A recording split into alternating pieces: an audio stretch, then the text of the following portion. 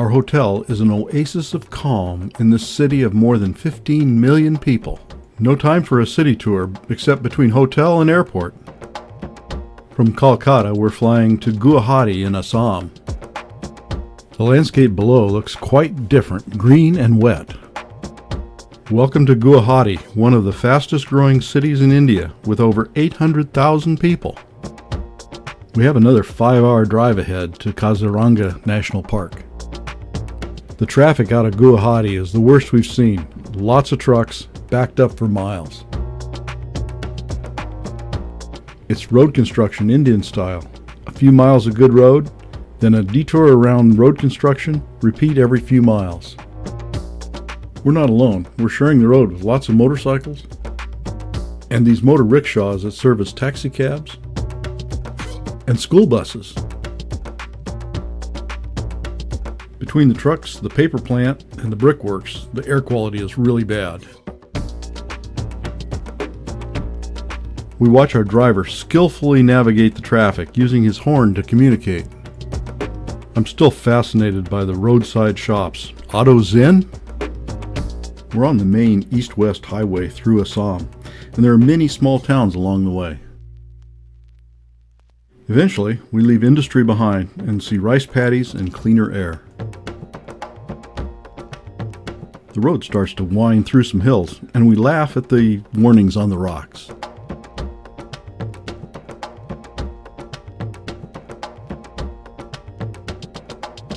The busy highway runs through the middle of the park, and collisions between animals and vehicles are common. We stop for our first look at Kaziranga. They're burning some grass to stimulate new growth. This side of the park is 80% underwater in the rainy season, so all the animals have to cross the road to get to high ground.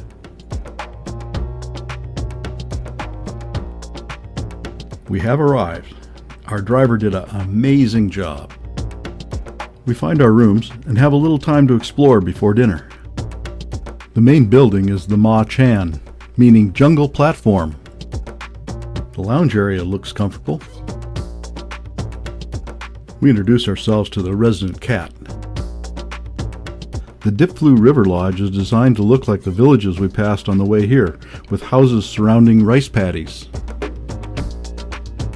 It's barbecue night. We're having meat cooked on skewers in a tandoori oven. While the chef finishes dinner, we're entertained with traditional Assamese music and dance.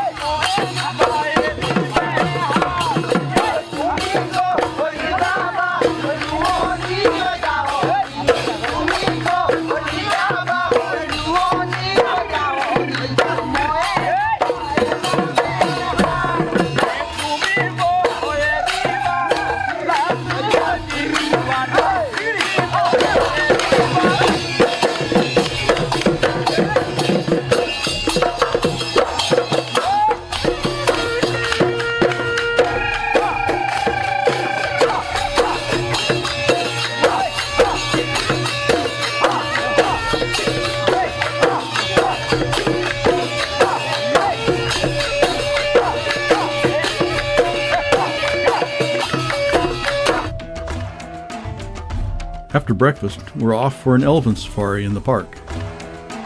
This baby elephant really knows how to work the crowd. As experienced elephant riders, we quickly load up and are off into the elephant grass. But this isn't Chitwan, more like I-405 commuter traffic. We see a baby rhino being closely followed by its mother.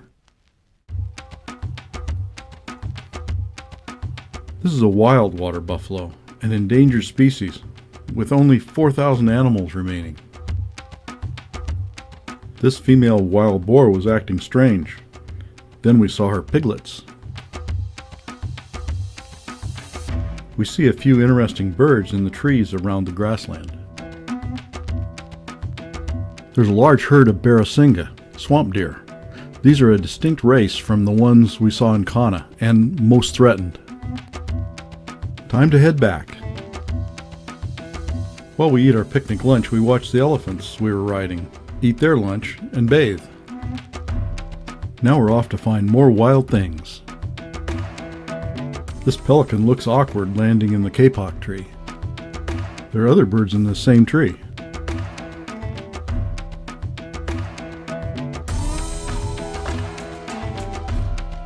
We stop at an observation tower on a large lake. There's a flock of pelicans and a rhino. In the middle of the lake is a group of wild elephants, which are endangered.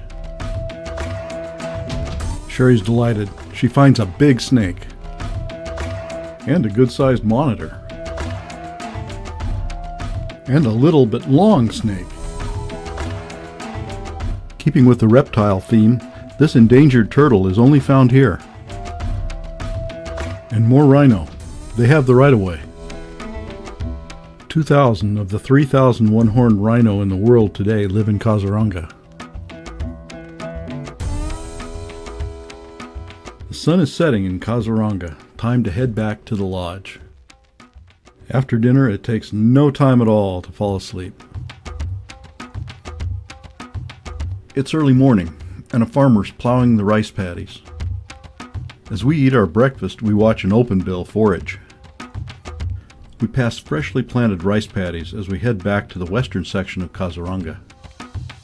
Suddenly we pull over to the side of the road. Our naturalist says, "Hulak gibbon, another endangered species." Then to Kaziranga and the shore of the Brahmaputra, one of Asia's major rivers. The water level's low now, but the river's prone to flooding when the Himalayan snow melts. We take a walk along the river with an armed ranger, just in case we run into a tiger, a leopard, or an elephant. We see quite a few birds.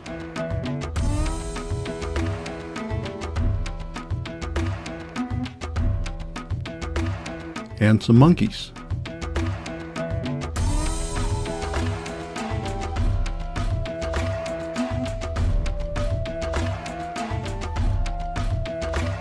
Coming back from the river, a herd of wild elephant crosses in front of us.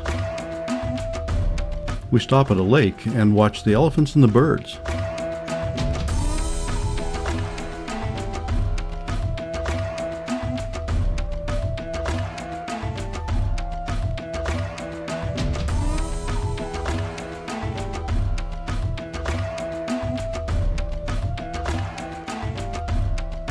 The hog deer gets its name from the way it runs with head down, ducking under instead of jumping over obstacles. On the way back to the lodge, we see a tree full of flying foxes, very large bats with 5-foot wingspan. There's lots of activity back at the lodge. The paddies are being planted. The cabin gets a new roof. And a fisherman is working in the Dipflu River. Lunch is ready in the main building. We watch a weaver at work and buy one of her pieces. We're on our last game drive. What haven't we seen? Besides tigers, of course. Birds are always fun. Some are pretty. Some are a little plain. Some are magnificent. I'm sorry, but some are just ugly. Some are elegant. And some are just strange. Hog deer are fun. They seem to have a permanent deer-in-the-headlights look. We get a last chance to see wild water buffalo up close. Of course, Kaziranga is the place for the one-horned rhino. The sun sets over the Brahmaputra on the last night of our trip.